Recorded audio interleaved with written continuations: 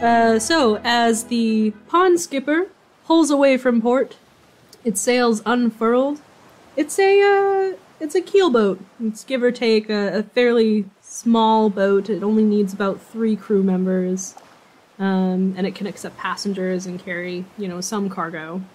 It makes this trip every couple of weeks back and forth between Thray and Riverwood, the Ribbiton Kingdom in Ariston. And aboard it is the kind and chivalrous Captain Cool, a Ribbiton man who is, very kind to everyone and has a fair amount of experience under his belt, with his navigator and first mate, Mr. Foley. And Mr. Foley is a human man who appears to have some knowledge of water magic, as he often redirects the ship using it. And there's also a cook on board, and her name is Brooke. A cook named Brooke. She Love it. She is a water genasi, and she has like a very kind of flowy sort of hair. She looks like she's got kelp for hair kind of deal. She always ties it up in a ponytail while she's cooking. She's kind of a take no shit, give no guff kind of lady. And on board that ship, if you guys don't mind introducing yourselves, Hannah, why don't you go first? My name is Tia Rubbit. I am a little Ribbiton who's like green skin, kind of yellowish freckles across her face. She's kind of, we've determined a little bit of a child at heart. Sometimes puts up a temper tantrum, but overall a good person. She has her dog with her, the big old mop dog. Okay, cool. Also on board we have Pat. You want to introduce yourself? Sure. I'm Patrick. I'm playing Hank. Hank looks like he's a human type person, ? He's got very pale, kind of ashy looking skin, big, flowy, kind of white robes, some tight pants. Looks like he's supposed to be a cleric type person, but 2 tells kind of give that away that he's not. One of his tells is that he is holding a rod that has this pretty much picture a rod with a heavy metal like album cover art on it. It's got like a nice demonic looking skull with horns. And the other tell that he's not quite a cleric is that this man looks tired. Whereas some clerics might be like a little bit more happy-go-lucky. This man looks like he hasn't slept in a few decades. He's got a little bit of stubble going on. Like, the clothes are clean, but he doesn't really fold or iron his laundry kind of look. He's a wrinkly man. In all senses of the word. Sure. Also on board as a passenger is an older gentleman. He's kind of dressed in like a nondescript outfit, but you get the sensation that he's either a wizard or a caster of some kind. He also booked his port from Ariston, and he often wanders around with a book. He appears to be taking notes. He looks human, and he seems to be very friendly. If anyone addresses him, he's very pleasant, and he also appears to be a passenger that's booked a port on the Pond Skipper. What was his name one more time? Whose? That other person? Did you just give us a name or no? I did not give you a name. Oh, no. okay. Just making sure. No, he's just a human man who's also a passenger. Cool. And it's a fine day to cast out. The navigator and the captain appear to be having a pretty good handle on things, and the journey gets out to a pretty smooth start for the first week. But, it is a small ship, so occasionally, you run into different things, problems. What would you guys like to do while you're traveling on the Pond Skipper? You could get to know people on the ship, you could talk to people, you could do some personal reflection, up to you. I know Tia's very, curious about everybody, so she's probably going around and trying to meet everyone.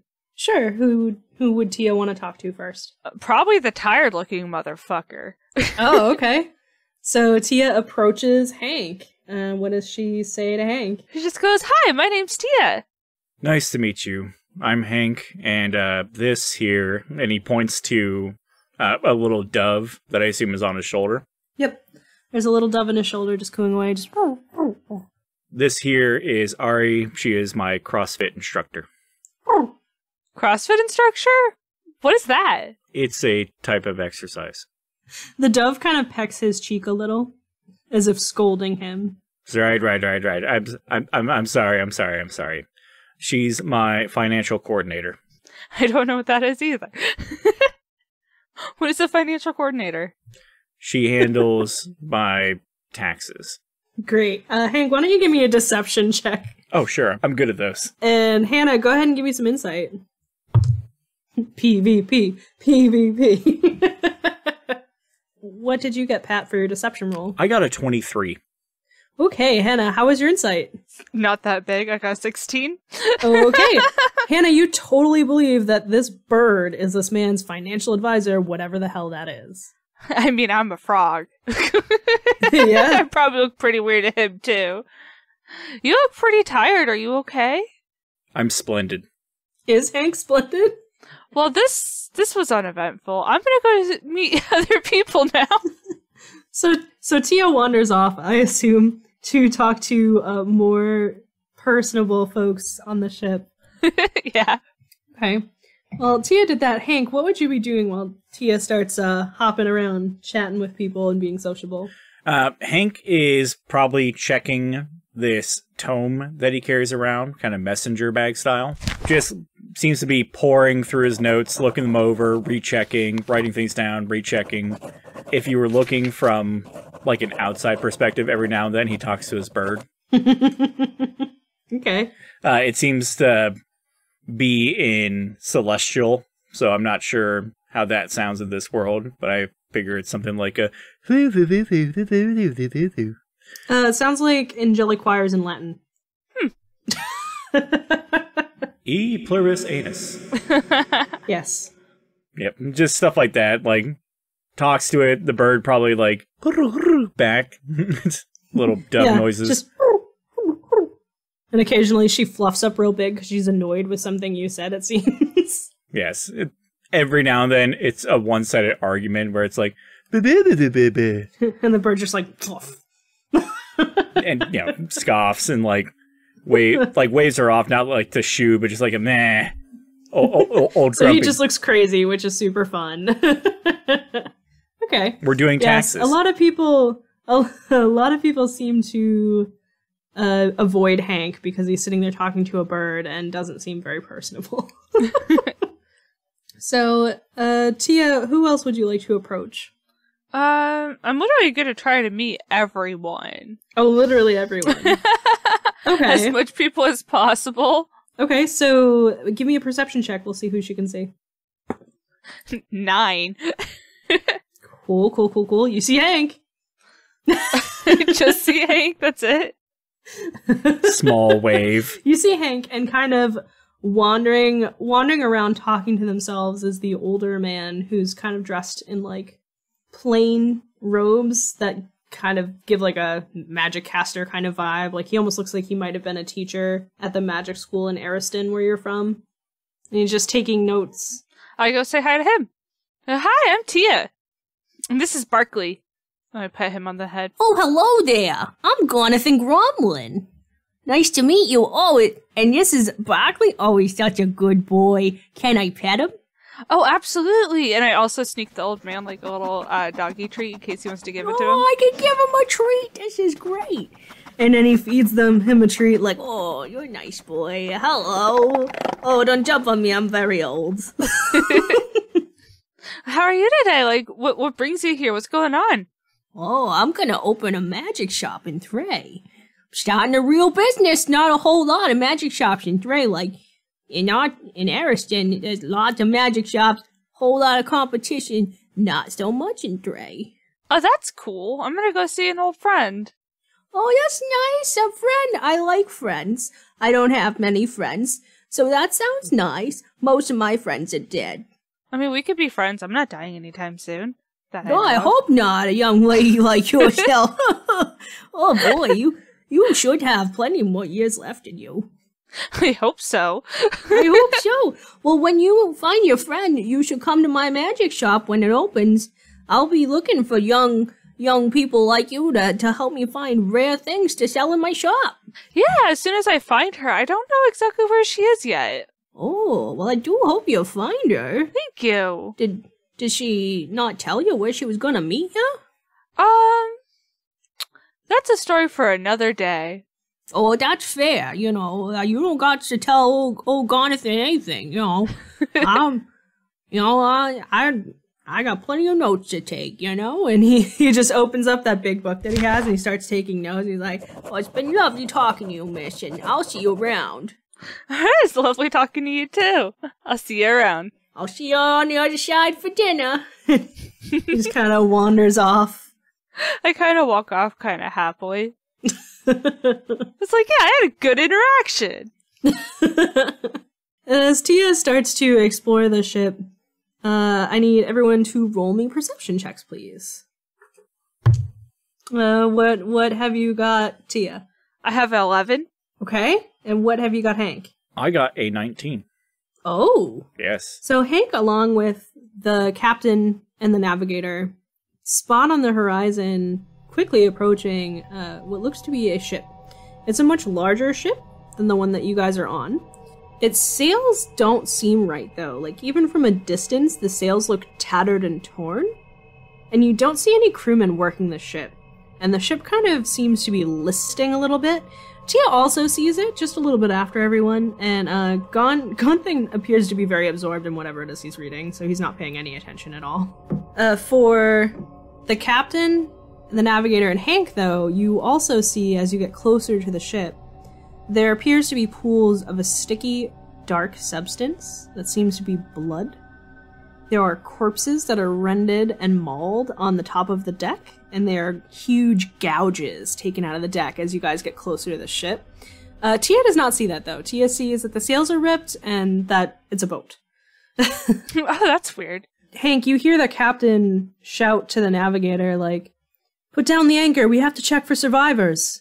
Oh yeah, that seems like a great idea.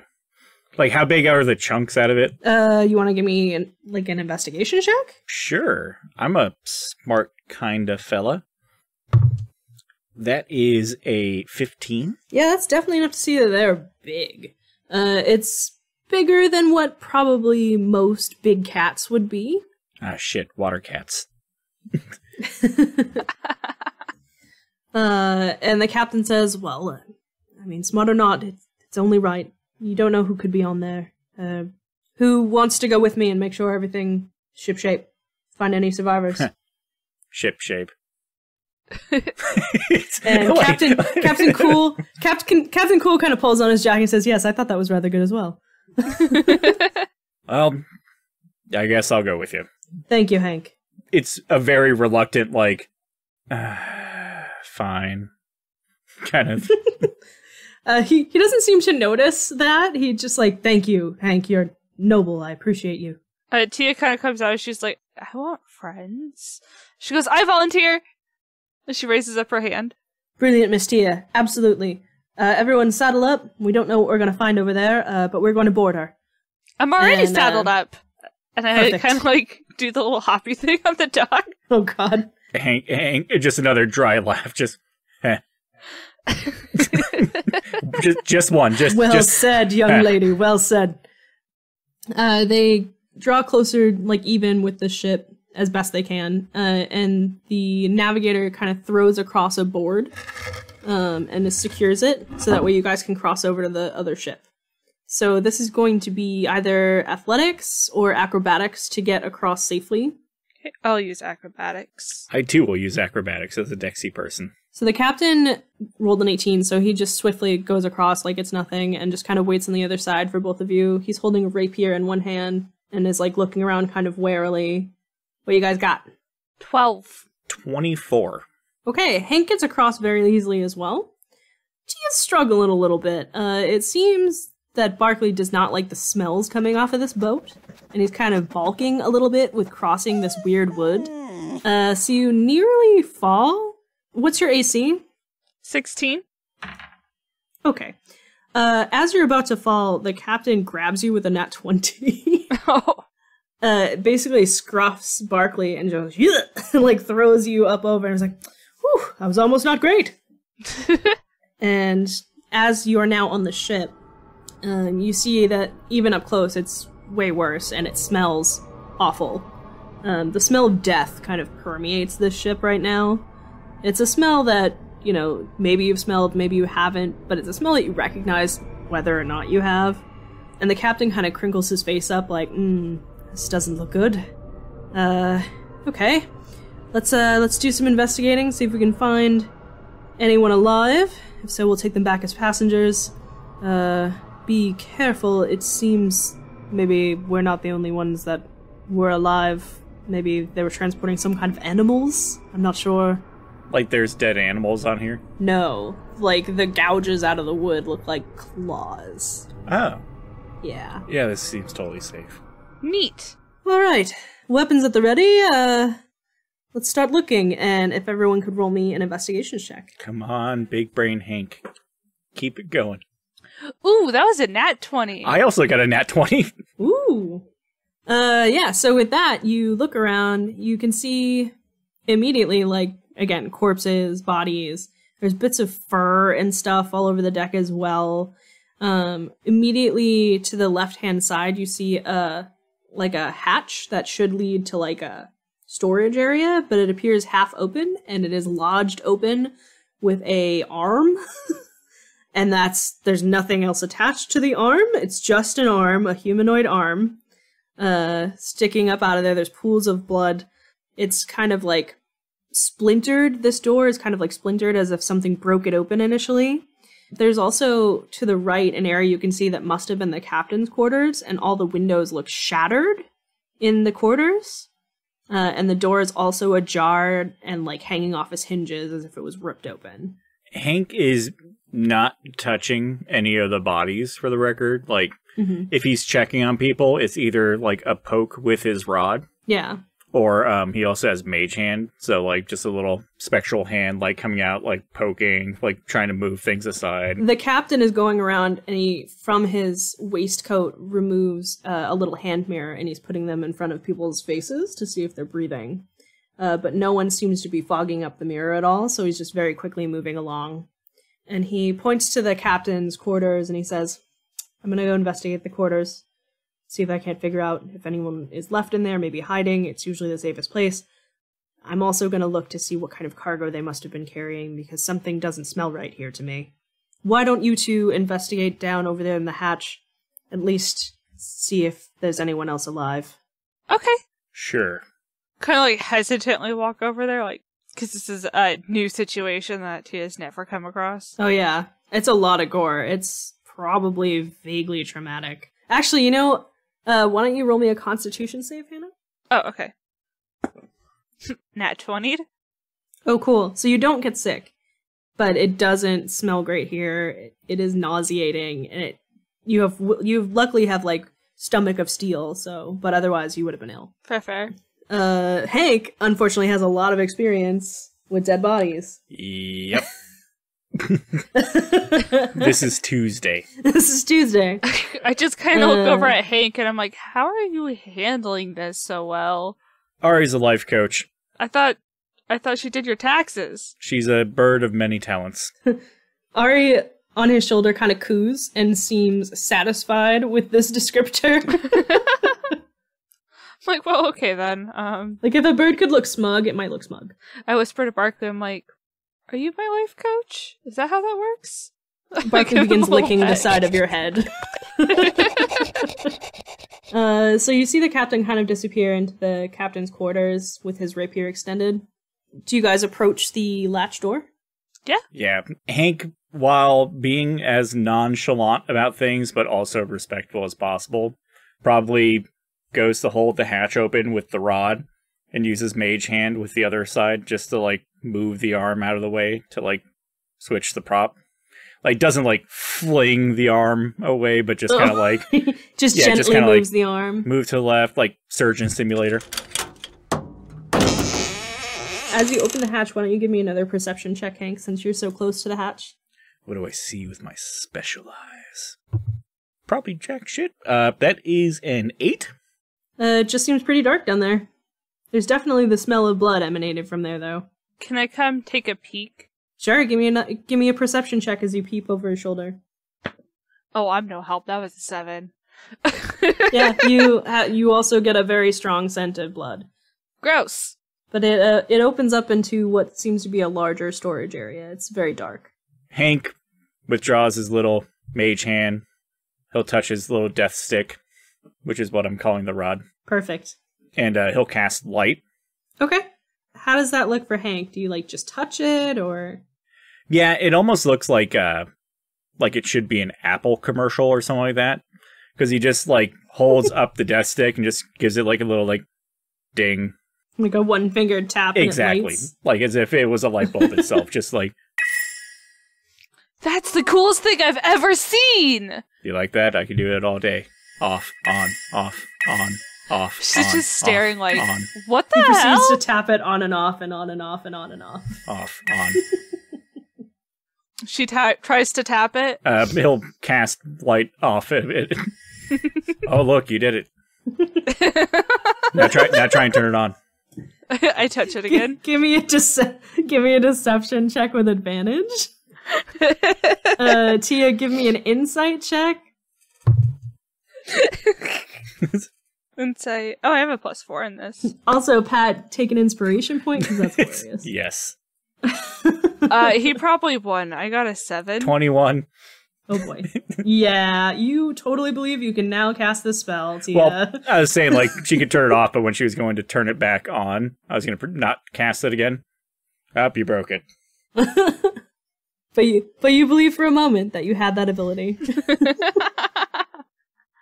I like this. You broke it. Let me fix it.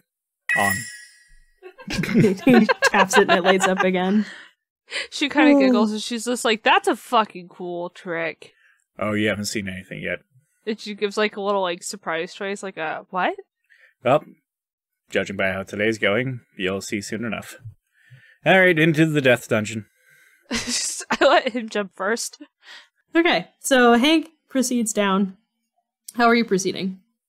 As if there was no danger at all. Not saying reckless, but just kind of alright, here we go. Okay. Expecting something horrible to happen, but at the same time, it's whatever. Sure. So with your light, you start shining it, and you find that the hold of the ship is essentially the whole of the ship, it's the whole thing. You guess that this could have held at least 50 large containers. And as you gaze around with your light, you notice that there are a lot of cages in here. And there are various species of animals and creatures and monsters, things that definitely shouldn't be on a ship.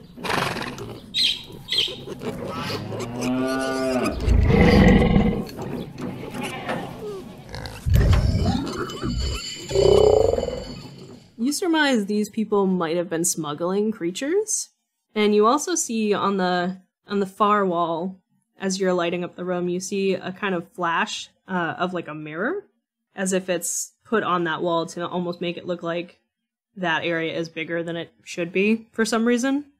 You're not sure if maybe the men stood there and shaved or something, and that's just where they happen to put the mirror, but it's just very odd. When you want to groom yourself in front of the tigers. Right. There's all different cages. Give me another perception check. Since I'm down there, can I also do a perception? You sure can, yep. You were right behind him with the light, so... That ain't too bad. I'm not helpful. I got a 10. Tia, you're overwhelmed by the smell of blood down here. And it's dark, and the ways the shadows are being cast are really creepy to you. It kind of unnerves you, so you're kind of, sticking real close to Hank.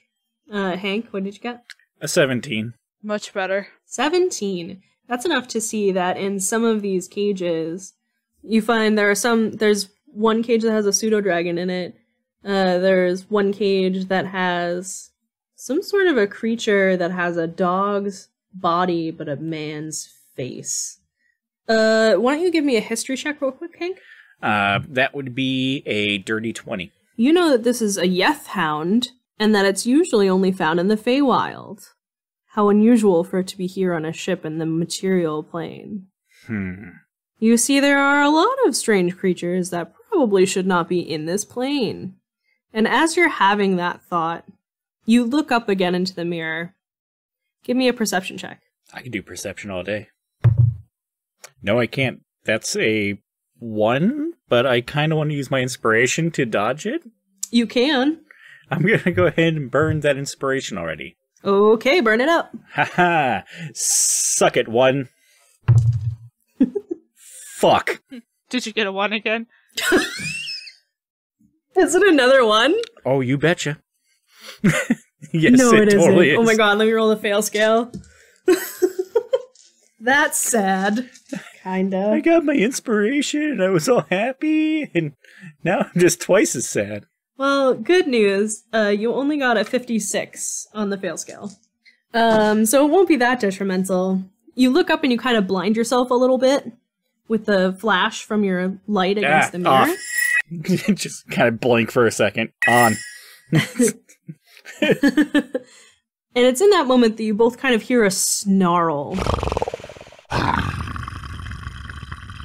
behind you. Oh, I don't like that. And I'm gonna need you all to roll initiative. 11. Hank got a 21. Because good things can't happen one after the other, I guess. It has to have 2 direct failures in a row. And then a 19 shows up on the next one.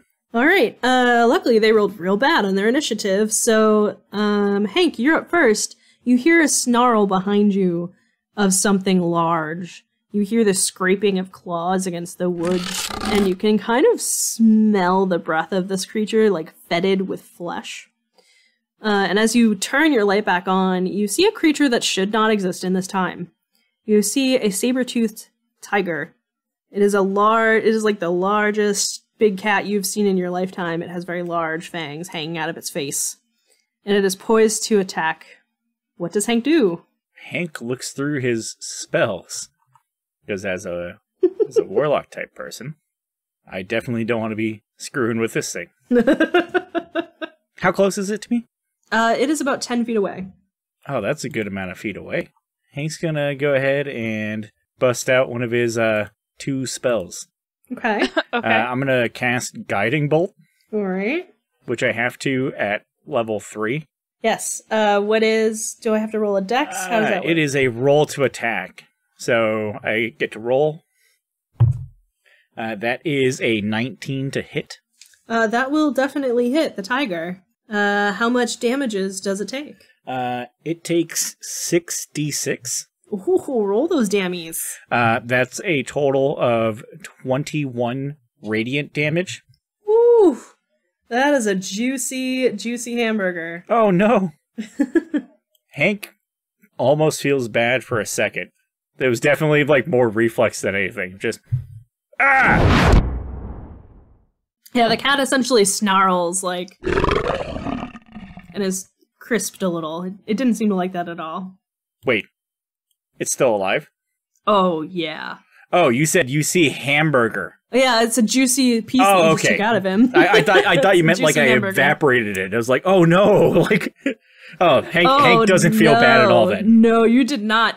You singed it though. It smells like cooked meat, and it's pissed off now. Is it bloodied at least, or no? No. Okay. On hit, takes the radiant damage, and the next attack roll made against this target before the end of my next turn has advantage, as it glows with a dim light glittering. It's probably a very uncharacteristic, like, gold glittery, like it just got, like, glitter bombed in the mail. Sure, it got glitter bombed. So this glowing saber-tooth snarls, and Tia, it is now your turn. Unless Hank, bonus action movement. Hank really doesn't want to get in this thing's face. Okay. I assume that, like, I'm not, like, in between Tia and it, though, right?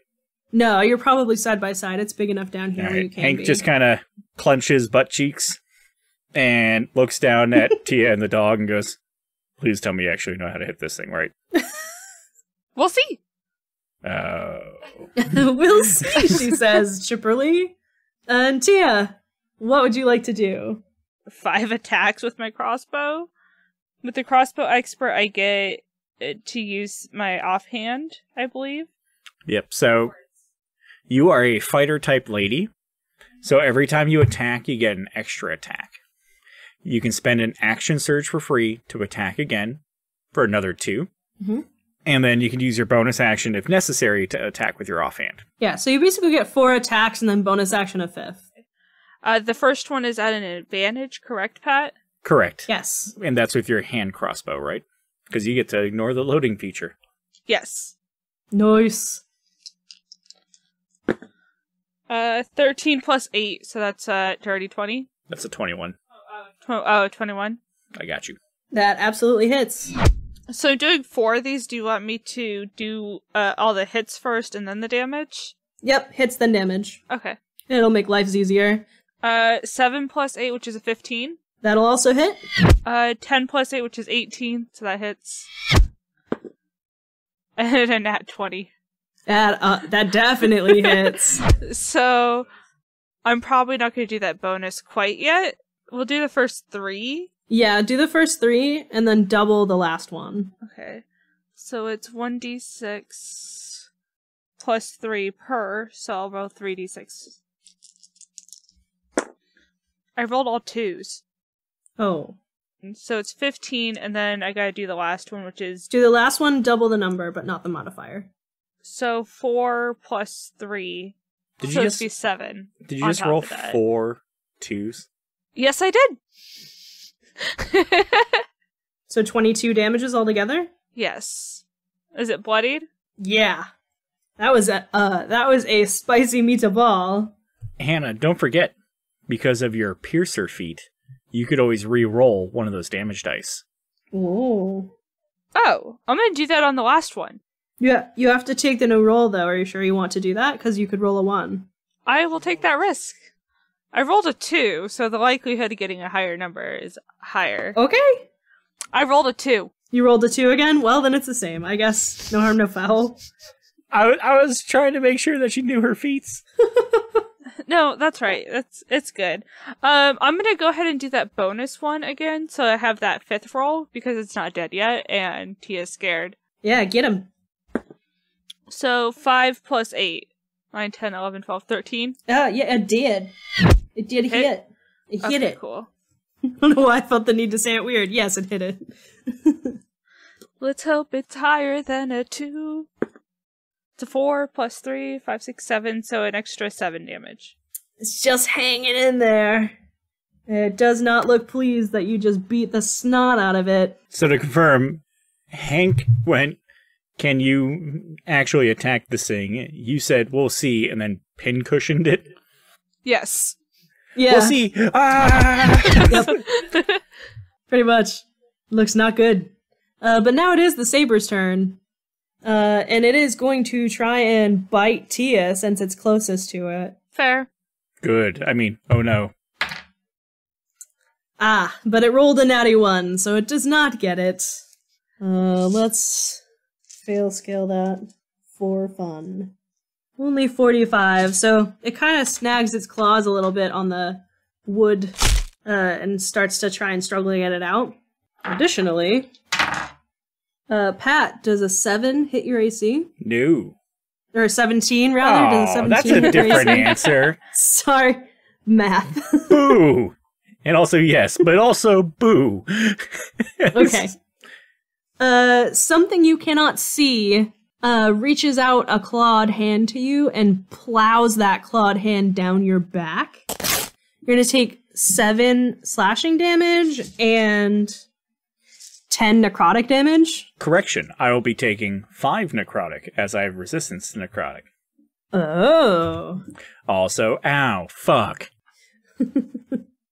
Top of the round, it's now Hank's turn. So, can I see what clawed me? So yeah, no, Hank cannot see what have just clawed him. Fuck. Hey, let's pull a classic out. I don't want to use all my spells quite yet. Okay. Hank is going to Eldritch Blast the saber tiger thing.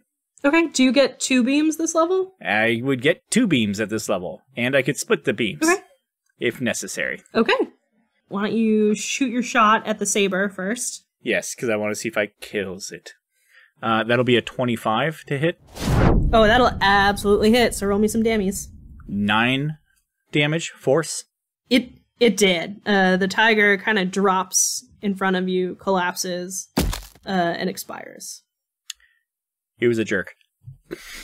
That's all you have to say? Yeah, I mean, bleeding, just like gestures to the back. And I don't know what that other one is, but I mean, I'll just fire like in the direction that I kind of think it is. There's another one? There's something. So, are you going left, right, or directly behind you? I mean, my back was clawed. Right. I may not be the smartest man, but can I kind of get a gist of like the direction that it was clawed in? Sure, we'll say that you fire directly behind you. You will have disadvantage, though, because you can't see whatever it was. Oh, absolutely. I'm not expecting to have any type of advantage on it. As long as you know. So, the first die is a 1. So why even bother roll the second one? Oh, okay. Hold on a second here.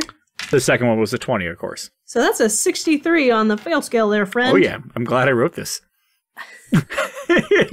You fire this beam into the darkness, and you don't seem to hit what you were meaning to hit. You instead hit a cage that's nearby, and it knocks the cage off, and the cage explodes open, and a bunch of bats come flying out of the cage and start obscuring the air. All right, that one I'm sorry about.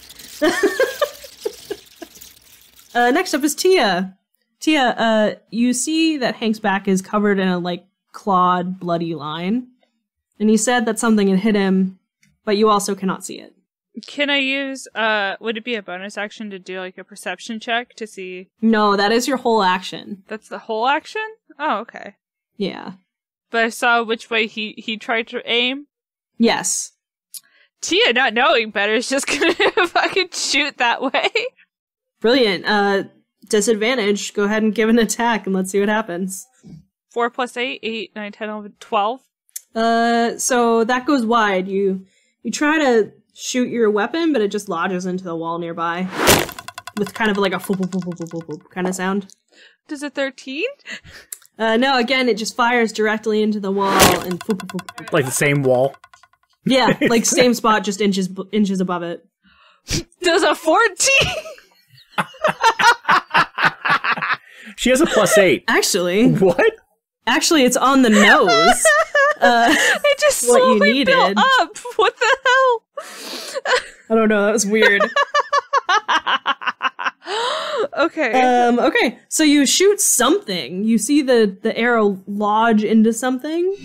So roll me damage, because the arrow appears to be just floating there by itself, which is fucking disturbing. I didn't do much damage. I did 4 damage. I rolled a 1 on my damage die. That's okay. But you know you definitely hit something, and there's just a kind of a floating arrow there now. At least there's somewhere to target. With that being said, it's whatever this thing's turn. And it is going to try and claw Tia now. But it's closer to him. You just shot it. I know. I'm not upset. Does a 25 hit your AC? You know it does. I just have to ask.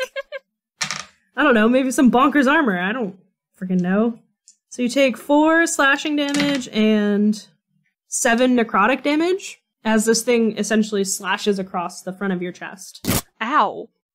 That kind of stings. And the arrow, as it moves, the arrow kind of drops away. My plan. Top of the round is Hank. I had an idea. I mean, you can still have an idea. If you want to use perception, there may be something that's helpful in here. I mean, you do have a light stick. I mean, that's true. It could be casting shadows, weirdly. I would just throw the light stick. I need the light stick. I'm just saying, there's plenty of options. You can do whatever you think Hank is going to do. Yeah. Hank's going to take a moment, observe. He's going to eyeball and see if he can find a hint to where this creature is. Are you looking to do a perception check, or? Yes. Okay, please do. Ha! That's a dirty 20. Oh, brilliant. You look around and you're like, where is this thing? What is this thing? And you see that mirror again. And this time, reflected in that mirror, you see a really grotesque, drab-looking, pale, hairless, featureless humanoid. And it appears to be pretty much directly in front of Tia. If you, for funsies, I'll let you roll a history check to see if you know what this thing is. Yay! Come on, history brain. That is a 17. Yeah, that's enough to know that this is a skulk. Usually they're only in the Shadowfell. Oh, good. More weird things. He looks over at Tia. How much damage has Tia taken? 11. So he looks over and points to the mirror and just kind of gives it like a, it's right in, oh, you're bleeding. And he just kind of like gestures a hand towards her and his mouth like opens and like black smoke comes out. Oh god. Looking, metal as hell, but he's casting Healing Light with his bonus action. Brilliant. And how much does she get back for I that? can heal her. I have a 66 healing pool, so I will heal her 2d6. Nice. So 6 plus 5, 11. Oh, nice. All over good. On the nose. Back to full. Good stuff. Tia just goes like, what the fuck just happened? You're better, aren't you? Yeah, I've just never... She's just patting her chest. It's in front of you. It's like right, and you just kind of like both arm gestures, Will Smith, like, Okay. So Tia, you kind of have an idea of where this thing is now, so you can now roll regular. Okay. I'm gonna do the 3 hits again. Okay. That is an 18. Yeah, that'll hit. 8, 9, 10. Oh, dirty 20. Yeah, that'll hit. 10, 11, 12, 13 does not hit, right? Does not. The third one whiffs. So we'll just roll these together, because fuck it. 6, 7 plus 6 is 13. 13 damage. Ooh, it does not look good. I mean, it already doesn't look great. You can kind of see it in the reflection. But it seems a little less great. I'm just still sitting there just like, what the fuck is going on? And Tia just hit it pretty hard, so it is gonna go ahead and try and attack you again. Yeah, I figured. Does a 22 hit. Yep. So you take 6 slashing damage. For some reason, though, it seems like you can't take that necrotic damage anymore. Oh yeah, it's because of my big brain. Top of the round is Hank. And you now know where this thing is. So, Hank is going to pull one of his nice little warlock tricks out. Pact of the Tome. I get lots of spells. Nice. And he just kind of cups his mouth with one hand. And almost in like a very sinister effect to his voice, he just kind of gives a, "Hey, ugly." And he's casting Vicious Mockery. You're doing a DC 15 Wisdom save. Okay. It's not very wise. 16, though, even with a -2 Wisdom. Oh. So it just seems to tilt its head at you in the reflection very creepily. I mean, I said, "Hey, ugly." Kind of like Mike checks his hand, like, "Hey, ugly." It raises its ghostly hand and flips you off. Look in the mirror. Are you...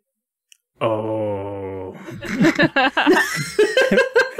Cranks that grip on that rod like it's a bat. Oh, you're gonna get it next time. And now it's Tia. Tia. We're gonna do the 3 hits again. Okay. 12. That one misses. That does not hit. 14, which is on the nose. Yep. And a 14 again. So 2 hits. Okay, roll me damage. Ooh. 5, 6, 7, 8, 9 on the dice, plus 6 is 15. How would you like to slay this creature? Can I see the creature? You can see it in the reflection of the mirror. But I'm not looking at the mirror because I'm not that No, smart. you can feel it when you make contact with it. Okay. Then I just fucking just go like, still can't fucking see it, still kind of just shooting in front of me like he said.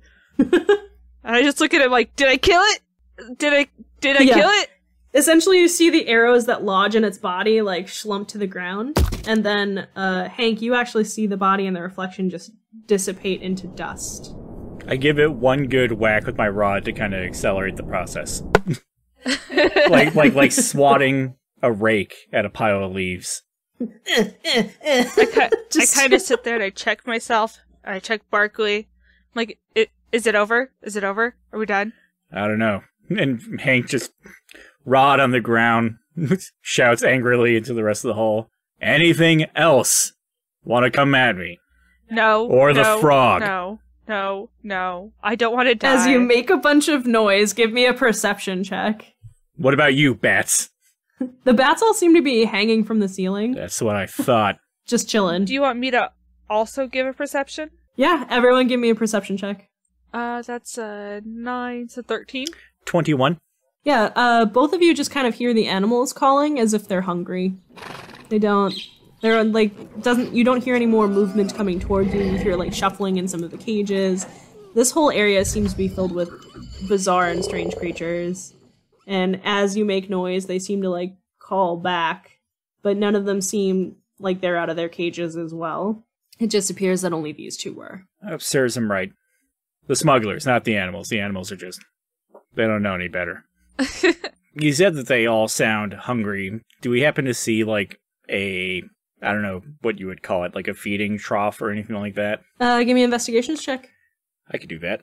Well, he does that. I just kind of loudly say, "Is any humanoid here?" Roll me a perception to see if you hear a response. 14. Human voice, no. You hear it. You hear a human voice say, "No, they're not humanoid." Did Hank hear that too? Yeah. I rolled a 17 on investigation for feeding troughs. You do. You find like a cabinet that's full of different kinds of foods. So there's some meat that's starting to spoil that's in there, but there's also like oats and grains and things that some of the non-carnivorous creatures would have been eating. So just cabinet door open and then like slow pan turn to like wherever the voice was. Yeah. It appears to be coming from to the left of the mirror. It appears to be coming from one of the cages over there. Who said that? I said that. Who are you? I'm me. Who are you? I'm me. Well, we can't both be me. Hank just chimes in, like as he's grabbing oats, I guess. Just, what are you? Well, that's rude. No, that's Hank. Well, Hank is rude. Yes. So what are you? What are you? I can smell you from over here. You're not human either. Touche. Just bag of oats and trying to feed it to like whatever's not talking at the moment. Yeah, so you start feeding some animals. You see there's like a large armored reptilian type creature in one of these cages. It seems like it's a younger one because it seems like it's like making lowing sounds. But as you put oats into the cage, it seems very happy to eat it. By the way, he's like throwing them into the cage like bird feed. He's not putting his hand anywhere near birds are starting to eat. Yeah, all these animals, even animals that look like they're probably carnivorous, are eating whatever you throw into the cage. I'm still trying to talk to the voice, like, what's your name? I don't have one anymore. Anymore? What was your name? Cyan? What's your name if it's so important? Oh, I'm Tia. Hello, Tia. Are you also in a cage? No. Oh. You should leave then. Don't you want to be out of the cage? But I'm in the cage. Do you want out of the cage? Are you telling me you'll let me out of the cage? That's all depending on what you are. Well, that's still a very rude question. Then it sounds like we don't know what to let out of the cage, or who, or whatever you want to call yourself. I am a pseudo-dragon, if you must know, and I'm a very regal and noble lineage. Thank you. What is a pseudo-dragon? It's like a fake dragon. Hey, I am not fake. I am just travel-sized. It's like a fun-sized dragon. Yeah. Is there a way to check intent? Like, if the creature is like a bad guy? You can insight the voice. I rolled a 10. He seems honest. Hank, I think we should let him out. He could talk. I mean, talking isn't really a qualifier for something that's good. I'm sure that many things have talked and many things have been very bad in the world. I mean, he's not wrong. See, even he agrees. Talking is not a qualifier for nice. For example, the pieces of crap that put me in this cage could talk before the saber ate them, and they were not nice. That's exactly right. See, smugglers can talk and smugglers are bad people. I'm still gonna let him out. And I try to, like, find him. Yeah, you can follow the voice. That will give me a perception check for that. They're small. Don't let anything big out, please. It's 13. Yeah, that's enough to find the voice. So it's stacked on top of a cage of an animal that looks like it's expired, unfortunately. It's in a small cage about the size of a bread box, and it's a little red dragon-shaped creature. He seems to have a couple of like pages of paper in front of him, Mm-hmm. and he's also wearing spectacles. I kind of just tell him, like, I don't think we have a whole lot of time to let you out of the cage, so I'm just gonna take you with me. And I, like, just pick up the cage. Oh, easy there, little miss. Oh dear. I get motion sick. I have to warn you. You're in a cage, just puke on the floor. Oh. Yeah, I guess since we're at this point and Hank's got a little less respect for some of the human bodies down here, Yeah. looking for keys or anything of the such. Sure. Give me another investigations check. I guess I'll also help him do that. Yeah, also give me an investigations check. I'm gonna do an investigation, but I'm also gonna ask Cyan if he knows where any of the keys are. Sure. Why don't you ask Cyan first? Okay. Hey, Cyan, do you know where any of the keys are? Oh, one of the big blokes had him on his pocket at all times on his hip. You're looking for a fat guy. Yes, he was a rather large man, and he was wearing brown pants last time I saw him. Pretty sure he was one of the first ones to get eaten. I rolled a 19. Okay. So Hank is walking around, and you hear Tia say to Cyan, ask the question, and you hear Cyan respond that he was a fat man, and Tia says he was a fat man. And as you're looking around on the ground, you see pieces of what might have been a man once all over the ground. And you also see some shiny stuff in the guts. Mage hand. Okay. You mage hand and you find yourself a large key ring with many different types of keys jingle-jangling like a janitor. I think I found the fat one. And the keys. Oh, or what's left of him. Right? Impressive. So, what are you planning on doing right now? Well, let me see your little friend here. Oh, okay, yeah, you probably want to let him out. No, not quite yet. And Hank just kind of like hands on hips, because Tia's smaller than him, like looks all the way down at the cage, just stares. So the cage isn't tall, it's just long, so he can't even raise his neck up to look at you? You saw what we did to the big things, right? Yes, thank you. They were rather angry. So, that's a warning. I don't need a warning, I just need a good book and a cup of tea. Well, I can't get you any of those things, but here, Tia, and he kind of just like wipe on his pants and hands her the keys. I just put the keys in my pocket. I'm like, we should really get out of here. I don't see any more present threats. Well, there shouldn't be unless the flying one stayed. You didn't see the flying one, did you? There was a flying one. Yeah, a big scaly one had very large talons. Wings like a bat, but looked like a big bird. I don't know what it was. I promised my parents I'd stay alive. That's a good promise to make your parents, as long as you can keep it. You and I thinking alike here. Well, good to know. Can we go check on Captain Cool? Yes, I would probably say that's prudent. Captain Cool, what a name. Yeah, I guess. I start making my way up, but while I'm doing that, I'm like, so your name used to be Cyan, right? Yes, that's what they used to call me. You haven't named yourself? No, Like, what do you want to be called? well, I like Cyan. It's just, when I was here, they were calling me something else, and I didn't like it. So you want me to keep calling you Cyan, or do you want me to give you a name? Cyan is fair. If you feel like you want to name me, I'll respond to it. Can't promise I'll keep it. I can't think of a good name. Cyan will work for now. It just continues going. Fair enough. You climb up and you find Captain Cool is just leaving the captain's quarters, and he has an armful, essentially, of important-looking papers and documents. And he says, well, whoever these blokes were, anyone I found in there was just pieces of themselves. Didn't find anyone living. Did find these documents, though, to indicate that they've been smuggling exotic creatures for some time now from some bizarre island I've never been to. Yep, there's a lot of animals downstairs. I saved this guy. He fed them. Not him, but Hank fed them oats. Oh, that's a pseudo-dragon. They're very intelligent. I can't believe he's in a cage. And the pseudo-dragon goes, "Thank you, sir. Someone with taste." I was gonna let him out when we got back. I just figured it's more important to get back than to try to figure out which key to get him out. Absolutely. We should get off this ship and inform authorities as soon as we can. I'll send a messenger bird and we'll get someone out here to release these creatures in a safe way. I just halfway through just started walking away. Like, let's go back.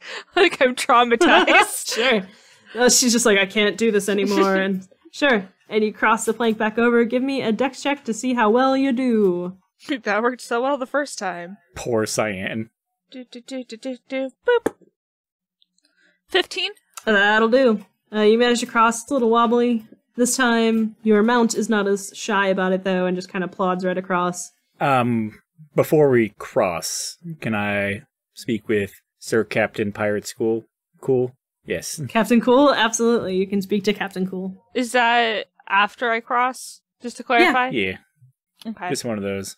Yeah, smuggler is bad. Can I see those papers? Oh, well, I'm going to hand them over to the proper authorities. Why would you need them? Because, as you know, I'm here with my detective sidekick. And it points at Ari. Give me a deception check for that one. I could do this all day. Deception's on point.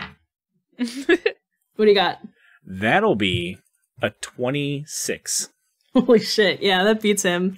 He's like, oh, right, sure, here. Just make sure you give them back in order. Like I said, I want to give them the proper authorities so we can have these animals set free. No reason why these poor creatures should die on a ship all alone like this. No, absolutely not. They're savages. And he kind of just, stacks the paper nice and neat.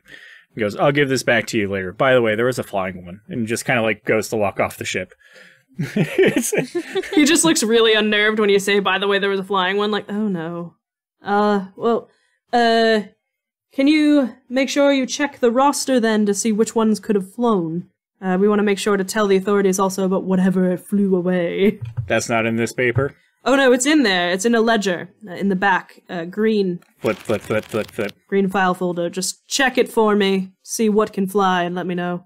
Right, will do. And he crosses over. Go ahead, Hank, why don't you give me a dex? Like a dex check, not like an acrobatics check to confirm? No, a dex. No. 10. That is just what you need. Oh, God. Thankfully. Yeah, so you cross safely. You guys get back on the ship. And you guys had yourself quite the adventure. Gonthan seems much unmoved from where you guys left him. He's extremely absorbed in whatever it is he's reading. And he keeps kind of licking his thumb and turning pages. Taking notes in, the side arms and stuff. Because I don't really know anyone else on this ship, and I'm assuming I probably don't know if anybody else is on the ship, I go sit next to him with my pseudo-dragon, and I'm gonna look for the key to let him out. Give me an investigation check to see how long it takes you to find the right key. 17. Oh yeah, you find it pretty quickly actually. It seems to be a very small, very shiny one.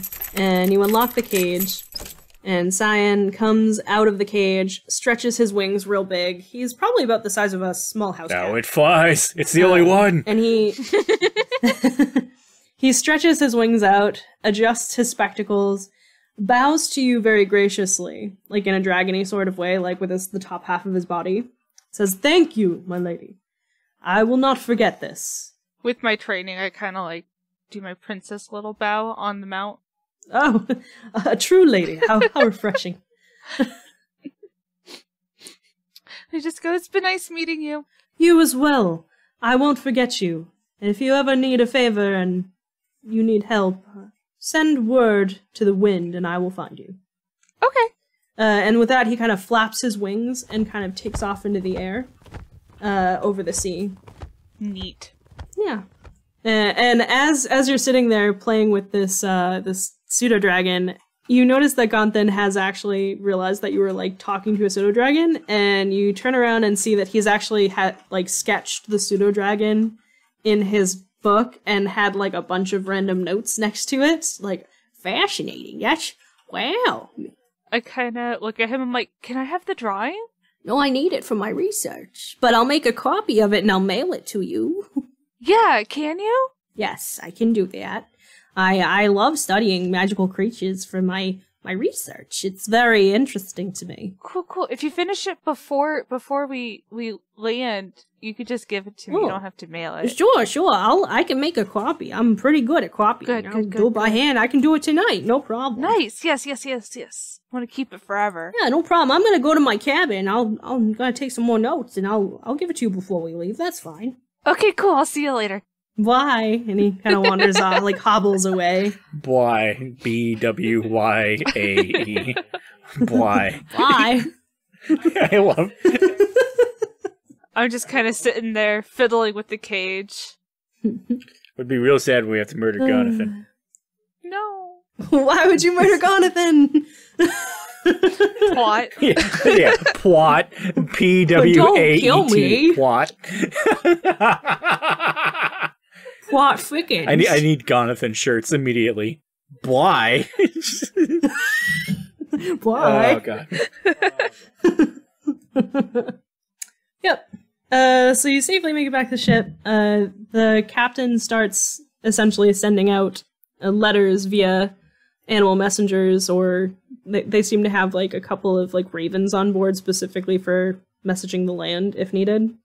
Then you essentially start to have like a nice journey. Like it's not super complicated. You have a couple of really nice meals because Brooke the cook is actually really good at what she does. Nice. The landscape just kind of is pretty constant, just ocean all around you for a very long time. And then you start, slowly but surely over the next few weeks, being able to see bumps of land come into view. And you know that that's just the first lick of Thray. And as you start to see land, you also hear a bell go off from the crow's nest. And you look up and you see the navigator, Foley, is up there. And he's shouting that there is a large anomaly, a whirlpool of some variety up ahead that has appeared. And he demands that all hands are on deck. I'm going to make this into a very small skills challenge to try and help the ship not be sucked under. Before we start the skill challenge, did I get that drawing? Not right now. You didn't finish it? He said that night. It's been a week. He said he'd give it to you before before you Yeah, but he said he'd left the finish it ship that night. It's okay. Well, maybe he's a liar. We don't know. He's old. It's cool. It's cool. It's cool. We can start the skill challenge. Okay. Roll me initiative, please. 14. 15. Lucky number 13 on the die. Oh, well. First in the adventure is Hank. Hank, up ahead, you see slowly but surely a whirlpool is starting to suck the ship in. Unfortunately, you're already caught. What do you do to try and help the situation? Also, I would like to say you have 4 successes, 3 failures. Alrighty. So, Hank is not too much of a leader, but I will say that Hank is quite a motivator. And he's going to be using persuasion to kind of just be like, well, let's go, people. You don't want to die, right? Like, that looks horrible. I'm fine with it. But if you want to not be fine with it, then we need to do something. I mean, why are you sitting? Let's get, okay, yeah, sure, just like maybe persuasion. what's the guy's name again? Jonathan. Let's go, Yeah. go, go! Right in Jonathan's face, just hand clap every word. Like, stop looking in your book. Help out. Do you want to die? Sure. Motivate us with a persuasion check, please. That ain't too shabby. That'll be an 18. That will succeed. Charisma. So you start motivating the crew, they kind of start scrambling. Even Gonthan, who usually is very dreamy and floating around, starts to help. He begins to use magic to try and put the sails into a different direction, try and blow them out of the problem area. Tia, what you doing, girl? Crying. Crying. Stop crying. Please help. Stop crying. Do you want to die? I don't want to die. No, she's probably using her survival skills to see who might actually be. Would it be survival? No, let's go with investigation to see who would actually be able to help the situation. I mean, if you're looking to see who might be helpful, that might be insight. Insight? Okay. I have more insight than investigation. Oh, well, perfect. I guess that works out. 18 plus 4. Yeah, that'll be a success. Yes, ma'am. So you start looking around like, oh my gosh, who can help? And you spot Foley. And Foley is the first mate and navigator. He can definitely help. And you kind of go to him looking for direction as to how you can be assistive. That is also a success. Now we are up again to Mr. Hank. You cannot use insight, and you cannot use persuasion. Hank's not a dumb person. We'll see, I guess. Oh boy. So I would like to use history. Hank's read about boats. And he's read, certain books that involve some guy trying to get back to his wife or something like that. I don't know, something like that. They had to deal with something like this. Sure. Historical novels about storm problems. Absolutely, sure. Why not? Go ahead, give me a try. Something about Audacious or something like that. Audacious. Because he had the Audacier. And that's how he got that great book, The Audacity. So he's going to use history, try and pull up that knowledge from, old encounters of it, figure out which way whirlpools flush in this area. Sure. That is a 15. On the nose, my friend. Ooh, I didn't screw it up. That will be a success. So you start thinking back, and you remember in the story that at the bottom of said whirlpool in that story was a monster. Yes, teeth. You don't like this idea. You suspect perhaps you should avoid the center and start directing people to do so. Go left. Left. What's boat for left? So yeah, you cannot use insight and you can't use history. I'm sure you're very sad about history. I am going to use animal handling to try to make sure all the animals are below deck, where, not on the top deck, to make sure that they're safe underneath. I'm going to flavor it that he gave me those directions. Primarily Bill, you wrangling your dog at this point, because they don't have a whole lot of living animals on this ship. Except for the ravens, which are kept in a specific area. So you can definitely try to wrangle your dog to safety. Yeah, let's do that. Sure. 15 plus 4. So yeah, that's a success! Boom! You guys nailed your first skills challenge! Team skill challenge! So you guys, working together, managed to pull the ship out of the pull of this whirlpool. And you see that the whirlpool is happening, and there's also a bright jet of light coming up out of the center of this whirlpool. It appears to be golden. Ooh, legendary drop. Something like that. It appears to be golden and shimmering at the center of this whirlpool, and you hear a sound like suction as whatever it is starts to swallow up the light. And you also, overhead, begin to feel the sensation of a storm. You feel the cold air against your face, and in the distance hear the rumble of thunder and lightning. And the waters begin to get difficult.